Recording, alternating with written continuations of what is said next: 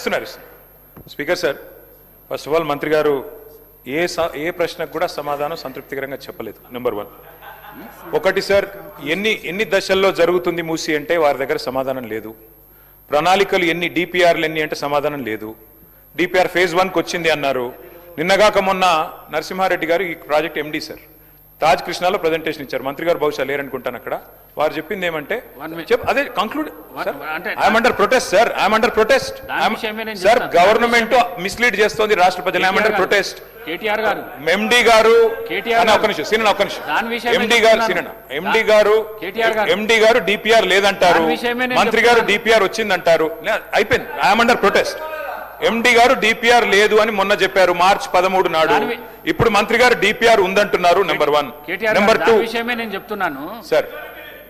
ప్రభుత్వము power point presentation Taj కృష్ణాలు ఇచ్చినప్పుడు 15వ తారీఖు సాయంత్రం ఇచ్చినప్పుడు మమ్మల్ని కూడా ఆహ్వానించారు. నన్ను మరి శాసన మండలి చైర్మన్ గుత్తా సుఖేందర్ రెడ్డి గారిని ఆహ్వానించినాము, మిమ్మల్ని కూడా ఆహ్వానించారు. Yes sir. కానీ మీరు హాజరు కాలేరు. ఎస్ సార్, మేము 5 స్టార్ హోటళ్ల ప్రెజెంటేషన్ లో మూసీ తీరంలో పెట్టాలని మేము అనుకున్నాం సార్. ప్రజలతో పెట్టాలి, బాధితులతో పెట్టాలి, 5 స్టార్ హోటల్ ఏంది పెట్టేదని మేము అనుకున్నాం సార్. అది తేడా. అధ్యక్ష, మూసీని మురికి కూపంగా మార్చిందే కాంగ్రెస్ పార్టీ.